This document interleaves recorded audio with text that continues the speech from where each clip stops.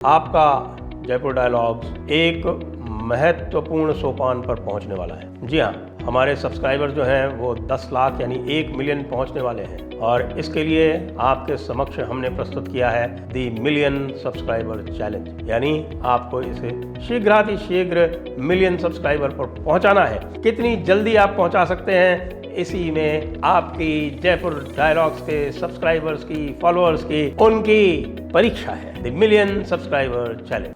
नमस्ते, मैं हूं संजय दीक्षित और आप देख रहे हैं दी जयपुर डायलॉग्स। आपने अडानी के बारे में क्या कुछ नहीं सुना है पिछले दिनों में? आपने हर तरह के व्यंग सुने हैं।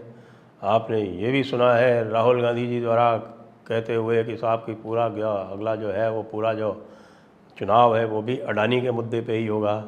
अडानी बहुत बड़ा चोर है, अडानी को मोदी जी जो हैं वो पूरी तरह से उसको संरक्षण देते हैं। अडानी ने इतने पैसे कैसे बना लिए? हंगामा किया, मामला सुप्रीम कोर्ट तक गया। हिंडनबर्ग की रिपोर्ट यानी एक विदेशी की रिपोर्ट के ऊपर, विदेशी कंपनी की रिपोर्ट के ऊपर इतना हंगामा किया गया कि अडानी के शेयर पिट गए।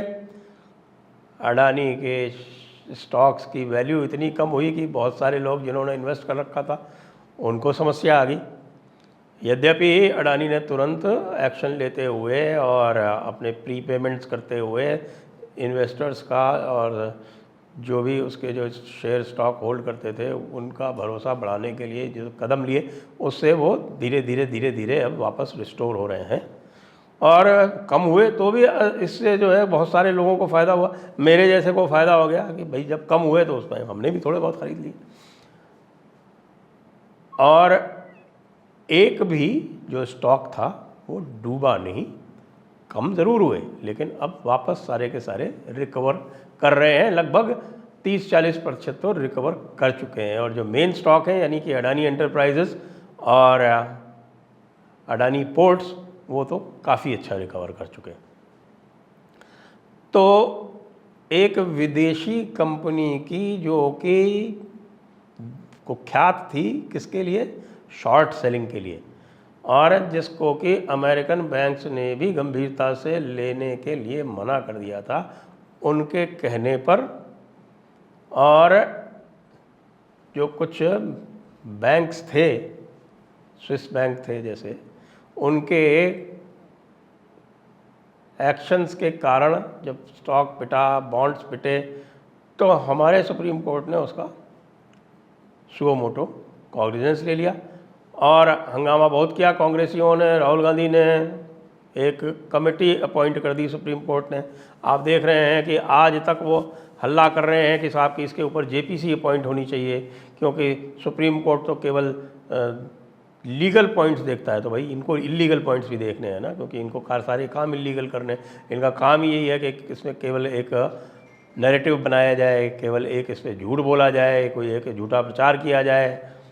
आखिरकार सोरोस का भी तो काम करना है ना। बिना सोरोस को काम किए हुए अगर कांग्रेस पार्टी का काम हो जाए तो फिर बात ही क्या है। अब देखिए होता क्या है कि आज उस एक्सपर्ट पैनल की रिपोर्ट आ गई है और उस एक्सपर्ट पैनल की रिपोर्ट में यह स्पष्ट कह दिया गया है कि सेबी की तरफ से कोई भी किसी भी प्रकार का कोई रेगुलेटरी स्लिप अप नहीं हुआ है, यानी किसी भी प्रकार की सेबी के द्वारा कोई नेग्लिजेंस नहीं हुई है, किसी भी प्रकार की अनदेखी नहीं की गई है। और जहां तक स्टॉक प्राइसेस इत्यादि का प्रश्न है तो उसमें भी कोई मैनिपुलेशन इत्यादि नहीं दिखाई पड़ा है। अब राहुल गांधी का मुख्य चार्ज क्या था? राहुल गांधी का जो आरोप मुख्य था वो ये था कि भाई इसमें 20,000 करोड़ रुपए जो हैं वो मोदी के लगे हुए हैं। यानी कि क्योंकि बहुत अधिक फ़ायदा हो गया स्टॉक्स में अडानी को, तो वो मोदी के पैसे उसमें लगे हैं बाहर से शेल कंपनी द्वारा, इसलिए हुआ है। और अब रिपोर्ट जो आ गई है, और रिपोर्ट ऐसी कमेटी के द्वारा आई है, वो मोदी ने नहीं अपॉइंट की। अब मैं बिल्कुल, इसमें मुझे कोई आश्चर्य नहीं होगा कि कल को राहुल गांधी जी जो हैं वो ये कहना आरंभ हो जाएं कि भाई देखिए ये सुप्रीम कोर्ट जो है वो मिला हुआ है मोदी से, सुप्रीम कोर्ट की जो ये कमेटी बनी थी ये मिली हुई है मोदी से, मोदी ने इसको भी मैनिपुलेट कर लिया। भाई अगर मोदी ये सब कर सकता है तो भाई राहुल गांधी जी तुम केवल स्यापा ही करते रहोगे यदि मोदी ये भी कर सकता है। यदि आप ये माने कि साहब कि मोदी ने इस कमेटी को इन्फ्लुएंस करके और अपने पक्ष में रिपोर्ट करवा ली, अपने पक्ष में मतलब नहीं यानी कि अडानी के पक्ष में, आप तो अडानी और मोदी को एक ही मानते हैं ना, इसलिए उस हिसाब से कह रहा हूँ। तो ये यदि अडानी के पक्ष में रिपोर्ट करवा ली तो भाई फिर तो आपको मोदी को सैल्यूट करना चाहिए। बहुत से लोग कह चुके हैं कि भाई जो आप मोदी के बराबर जो है वो आप में काबिलियत नहीं है। अब ये भी एक काबिलियत है, ये आप कहेंगे। हालांकि सब जानते हैं कि आपने जो आरंभ किया था कार्यक्रम वो शुरू से रेत की नींव पर खड़ा हुआ था, क्योंकि जो कोई भी शेयर्स में डील करता है उनको सबको इसका रिस्क पता है। पहले ही रिस्क बता दिया जाता है कि भाई जो कुछ भी आप कर रहे हैं शेयर्स में, जो आप डील कर रहे हैं, इसमें फाइनेंशियल रिस्क है। अब शेयर्स पे ये तो कहा नहीं जा सकता कि भाई अब आप जो है शेयर्स को ऊपर नीचे जाने से रोकेंगे, उसके लिए सर्किट्स बने हुए हैं।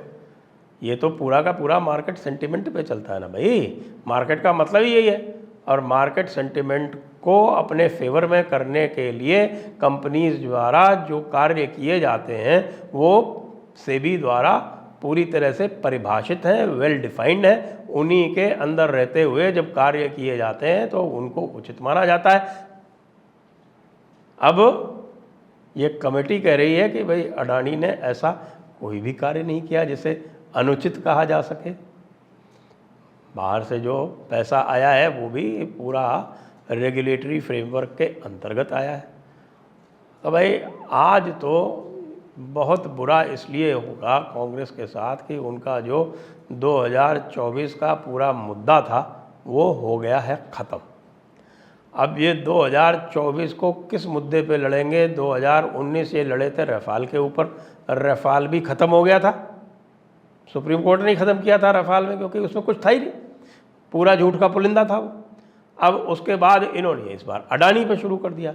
लेकिन मैं आपको भविष्यवाणी करता हूँ, भविष्यवाणी जो है वो इसलिए करता हूँ क्योंकि मैं अच्छी तरह से जानता हूँ कि राहुल गांधी का माइंड किस तरह से चलता है। वो इसके ऊपर अभी भी जूझते रहेंगे। वो ये कतई मानने को तैयार नहीं होंगे कि ये जो कमेटी की रिपोर्ट है वो सच है। उनका जो जेपीसी का आंदोलन है वो अगले सत्र में भी, संसद के उसमें भी चलता रहेगा। वो संसद का उसी भांति बॉयकॉट करते रहेंगे जैसे पहले करते रहेंगे, क्योंकि उनका कहना है कि जिस प्रकार से बड़ी किताबों में, कुरान में, बाइबल में जो कुछ भी लिखा है वो सत्य है। यदि उसमें यह लिख दिया गया कि सूरज धरती के चारों ओर चक्कर काटता रहता है तो वह सत्य है, उसको गॉस्पेल ट्रूथ कहते हैं। यानी गॉस्पेल में जो कुछ लिख दिया गया वो आपकी ज्ञानेंद्रियों से आपको दिख रहा हो, समझ में आ रहा हो या ना आ रहा हो, लेकिन वो चूँकि गॉस्पेल में लिखा है इसलिए वो सच है। इसी प्रकार से राहुल गांधी जी ने जो कुछ भी कह दिया वो सच है। वो आपको दिखाई पड़ रहा हो, वो किन्हीं प्रमाणों से सिद्ध हो रहा हो या ना हो रहा हो, क्योंकि राहुल जी का कह दिया गया है इसलिए सत्य है। लेकिन इसका परिणाम क्या होगा? इसका परिणाम वही होगा जो पिछली बार रफाल के बारे में जनता ने राहुल गांधी को गंभीरता से लेने से न केवल मना कर दिया, उन्होंने यह ठान लिया और यह निष्कर्ष निकाल लिया कि राहुल गांधी जी जो हैं वो एक गंभीर राजनेता नहीं है। और उसके बाद उन्होंने आरोप लगाया अपने सहयोगियों पर कि चूंकि उन्होंने मोदी के विरोध में इतना मुखर स्वर नहीं उठाया जितना राहुल गांधी ने उठाया था, इसलिए उनकी हार हुई। मैं ये बता दूं राहुल जी को कि यदि उनके जितने भी सहयोगी थे वो भी इसी प्रकार से मुखर स्वर उठाते तो 53 सीटें भी नहीं आती उन 2019 में। लेकिन इस बार चूंकि उनके पास उदाहरण है 2019 की डांट का, तो हो सकता है कि सारे नेता जो हैं सिद्धरमैया से लेके जो मुख्यमंत्री बन गए हैं उनसे लेके दिग्विजय सिंह से लेके और बाकी सब जो है वो केवल अडानी अडानी कहते रहे 2019 के चुनाव में, और जनता जो है वो किनारे से निकल के फिर मोदी के पास चली जाए। तो लाइन जो है वो लगभग सेट होती जा रही है 2024 के चुनाव के लिए। जय हिंद, वंदे मातरम।